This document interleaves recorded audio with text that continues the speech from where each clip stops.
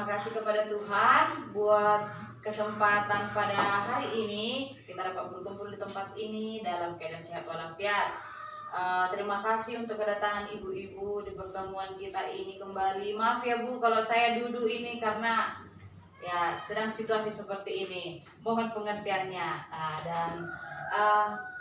Semoga untuk selanjutnya kita bisa melakukan pertemuan ini dengan gembira ya, seperti bulan lalu juga. Dan sebelum saya memasuki materi yang mau kita bahas untuk hari ini, saya ingin bertanya dulu sama orang ibu. Kira-kira masih ingat tidak pertemuan bulan lalu Bu? Apa itu pertemuan bulan lalu? Lupa ya? Baik, kita membahas tentang modul 4 yaitu perlindungan anak. Perlindungan anak itu yaitu membahas tentang apa itu penelantaran, apa itu tentang perdagangan anak atau eksploitasi anak. Ya, saya berharap ibu-ibu di rumah, ibu-ibu KPM PKH sudah melaksanakan hal tersebut di rumah. Meskipun belum mungkin melaksanakan secara sepenuhnya, tetapi paling tidak ada hal-hal yang diambil dari teori, dari materi perlindungan anak, seperti bagaimana itu memenuhi hak-hak anak di dalam rumah, menyekolahkannya, memenuhi kebutuhannya sejak kecil sampai dia besar. Dan sekarang saya ingin menunjukkan satu film dulu sama orang ibu-ibu menjadi referensi sebelum kita masuk ke teori hari ini, yaitu mengenai modul 5 yaitu kesejahteraan sosial, disabilitas dan lansia pada sesi ke-13 yaitu pelayanan bagi penyandang disabilitas. Yaitu pada langkah ketiga membahas tentang apa itu sebenarnya pengertian penyandang disabilitas. Kita memutar filmnya dulu sebentar ya Ibu ya.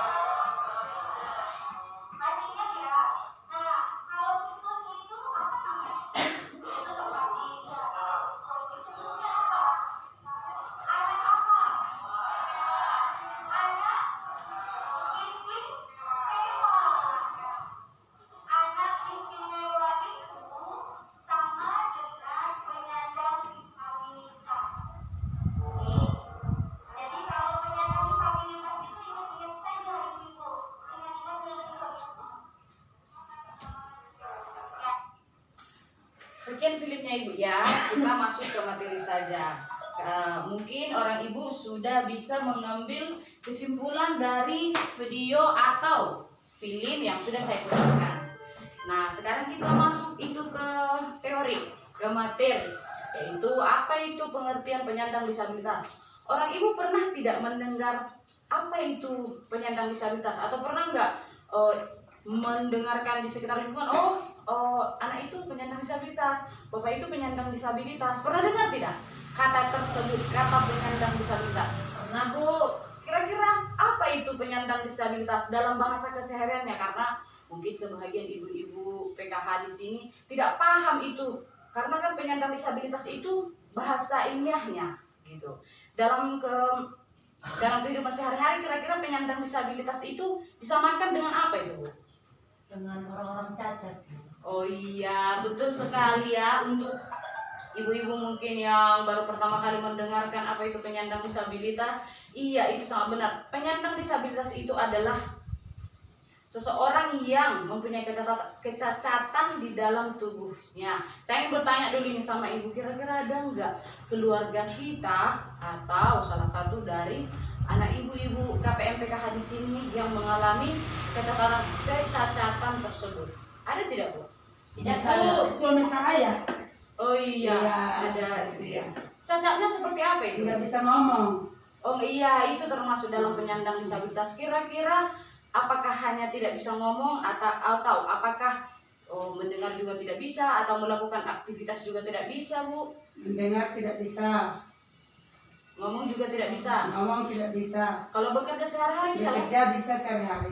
Oh iya, berarti orang ibu sudah sangat paham ya bahasa tubuh di dalam rumah, Sudah. bagaimana apa yang diucapkan Bapak itu sudah mengerti, cara kita membalas yang dia minta tuh seperti apa, sudah paham ya Bu Sudah, ya. ya, Bu. Anak-anak juga sudah mengerti di Sudah. rumah Bu. Oke, baik. Saya akan menjelaskan sedikit apa itu penyandang disabilitas. Penyandang disabilitas adalah setiap orang yang mengalami keterbatasan fisik, intelektual, mental, dan atau sensorik dalam jangka waktu lama yang dalam berinteraksi dengan lingkungan dapat mengalami hambatan dan kesulitan untuk berpartisipasi secara penuh dan efektif dengan warga negara lainnya berdasarkan kesamaan seperti itu.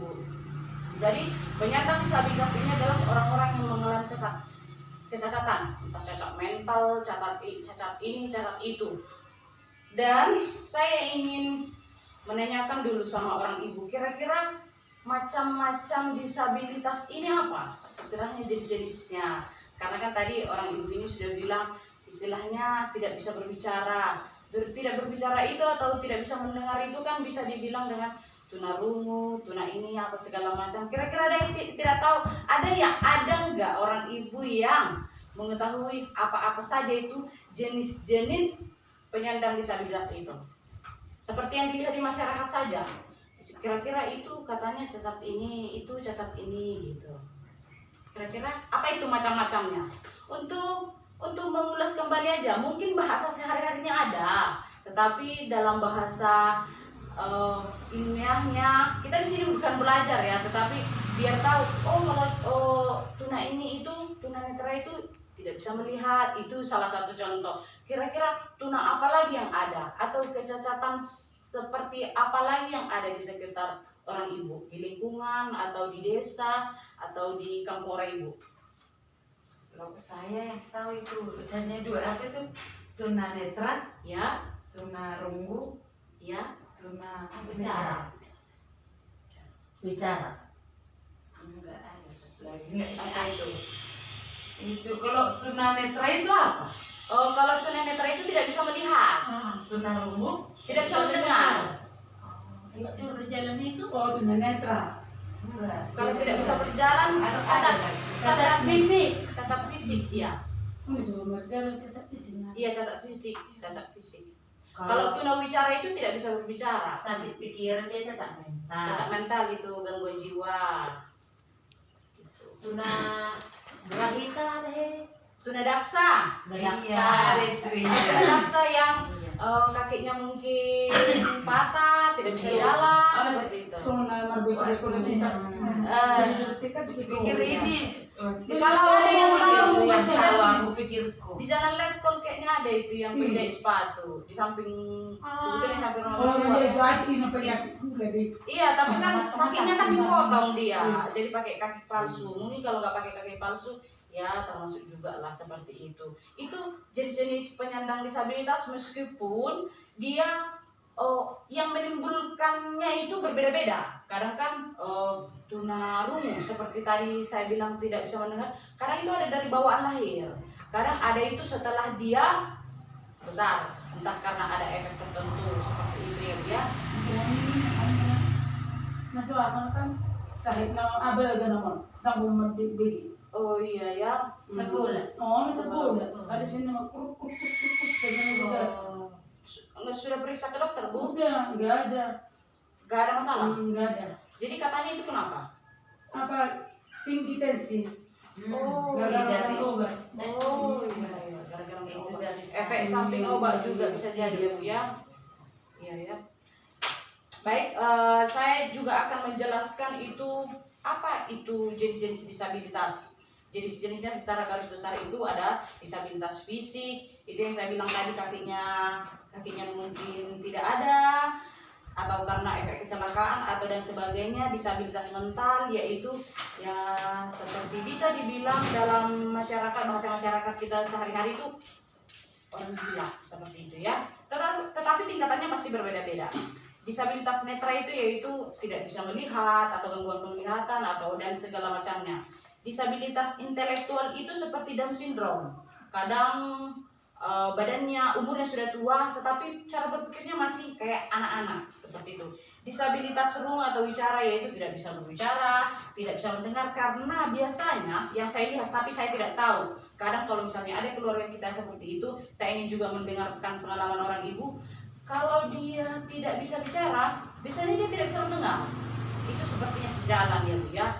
Itulah yang sering terjadi di keluarga atau di masyarakat yang sering saya lihat juga, dan mungkin juga umum itu terjadi.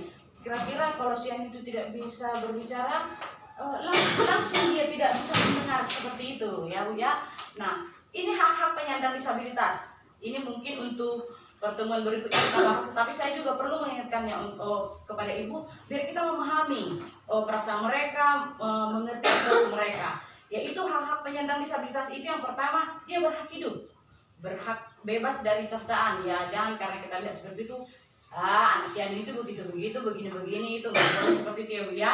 Dan mendapat perlindungan, mendapat bantuan hukum, bersekolah, bisa juga bersekolah kalau memang seperti di SLB. Banyak itu yang penyandang disabilitas sekolah di SLB. Bisa bekerja, berhak mendapat kehidupan yang sehat, boleh beribadah. Kalau di tempat kita ini saya yakin pengertian dan rasa empati orang masih besar terhadap penyandang disabilitas, dan bebas dari kekerasan atau eksploitasi yang seperti saya bilang tadi, perdagangan manusia, tidak dikucilkan dan diperlakukan sama dengan orang lain atau seperti kita. Nah, mungkin itu inti dari teori, inti dari materi kita pada hari ini. Terima kasih saya ucapkan buat kehadiran Ibu, buat saling bertukar cerita, bertukar pendapat, mungkin berbagi pengalaman. Mudah-mudahan pertemuan hari ini dapat bermanfaat bagi kita. Nah, selanjutnya sebelum kita menutup pertemuan ini, kita buat dulu ice breaking. Mungkin ice breaking ini sudah pernah saya ajarkan sebelumnya ya Bu ya. Yang lagunya seperti ini. Satu jari kanan, satu jari kiri. Nah, jadi saya mau kita semangat menyanyikannya ya, biar kita pulang dengan bahagia. Saya ingin pertemuan ini selalu menghadirkan hal-hal yang positif dan yang bahagia. Ayo kita mulai. Sekali kita coba dulu, selanjutnya kita buat biar lebih sempurna. Oke? Udah tahu, langsung aja. Oh, udah tahu. Oke, biar bagus. Biar kita langsung saja, biar langsung ke penutup. Kayaknya udah nggak sabar ini mau pulang ya. Oke. 1, 2, 3, ya.